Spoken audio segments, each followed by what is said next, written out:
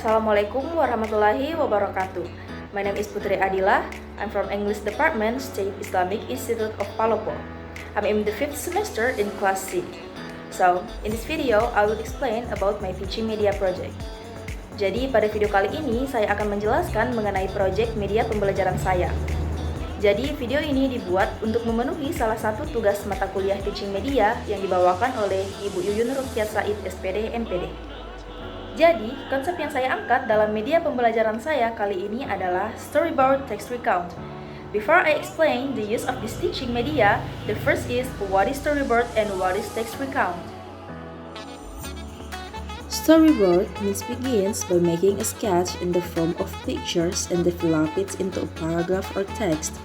With a storyboard, students can imagine a story by following the pictures that have been presented, so that it can get the same perception with the story idea created. Recount text is a text which is retells events in the past. It's proposed to inform or entertain the readers. There is no complication among the participants, and that differentiates from the narrative text. A recount text has an orientation, a series of events in the chronological order, personal remarks on the events, and reorientation that rounds off the sequence of events. Nah, singkatnya, storyboard text recounts merupakan media pembelajaran yang disajikan dalam bentuk gambar-gambar yang ditempel pada sebuah papan atau styrofoam yang berurut berdasarkan generic text recounts-nya. Selanjutnya, siswa akan diinstruksikan untuk membuat sebuah esai pendek sesuai dengan gambar-gambar yang ada.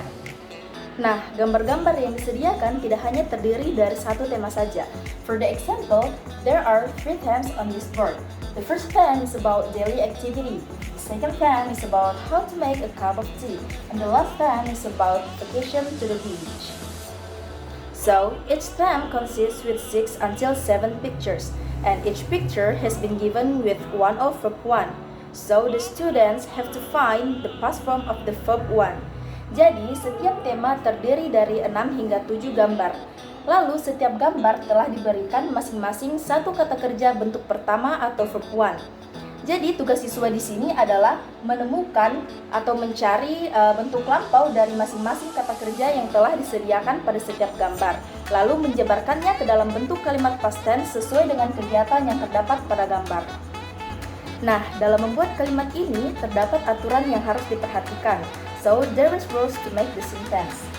In the first picture, student have to add the adverb of time. Atau pada gambar pertama, siswa harus menambahkan kata keterangan waktu. And in the last picture, students have to add the adjective. Atau pada gambar terakhir, siswa harus menambahkan kata sifat yang berupa perasaan setelah melakukan kegiatan tersebut. So, for the example, we use the third theme. Jadi sebagai contoh kita menggunakan tema yang ketiga yaitu vacation to the beach. For the first picture, there is last week and go. Jadi pada gambar yang pertama ada kata last week dan go. Last week merupakan adverb of time atau keterangan waktu. Sedangkan go merupakan verb 1 yang harus diubah terlebih dahulu ke bentuk verb 2 yaitu went. Jadi kalimatnya, last week me and my family went to the beach. Jadi minggu lalu aku dan keluargaku pergi ke pantai. The second picture is swim. Jadi pada gambar kedua terdapat kata swim. Jadi kata swim ini merupakan verb 1 yang juga harus diubah terlebih dahulu ke dalam bentuk verb 2 yaitu swim. Sehingga kalimatnya, when we got there, me and my brother swam. Sesampainya di sana, aku dan saudaraku berenang. So, the next picture is play. Jadi pada gambar selanjutnya terdapat kata play. Nah, seperti dua kata sebelumnya, kata play ini juga merupakan verb 1 yang terlebih dahulu harus diubah ke dalam bentuk verb 2 yaitu play. Jadi kalimatnya, the next, we played volleyball together. Selanjutnya, kami bermain bola voli bersama-sama. The next picture is made. Jadi gambar selanjutnya terdapat kata made. Nah, seperti sebelum-sebelumnya, make juga merupakan verb 1 yang harus diubah ke dalam bentuk verb 2 yaitu made. Jadi kalimatnya, after that, me and my brother made a sand castle. Setelah itu, aku dan saudaraku membuat istana pasir. Okay, next, there is it.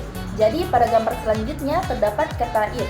Nah, kata it ini merupakan verb 1 yang harus diubah ke dalam bentuk verb 2 yaitu a. Jadi kalimatnya, after made a sandcastle, we ate together with mom and daddy. Jadi setelah membuat istana pasir, kami makan bersama dengan ibu dan ayah. And in the last picture, there is come back and happy. Jadi pada gambar terakhir terdapat kata come back dan juga happy. Nah, kata come ini merupakan verb 1 yang harus diubah ke dalam bentuk verb 2 yaitu came. Dan happy merupakan kata sifat atau adjektif. Jadi kalimatnya, and then we come back to home. Me and my family were very happy and enjoyed our vacation. Jadi, begitulah tadi kira-kira gambaran dari penggunaan teaching media storyboard text recount. So, this teaching media aims to improve students' understanding about organizational structure of text.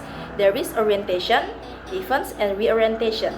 Jadi, orientation merupakan bagian perkenalan yang berisikan tokoh, kegiatan yang akan dilakukan secara umum, serta keterangan waktunya.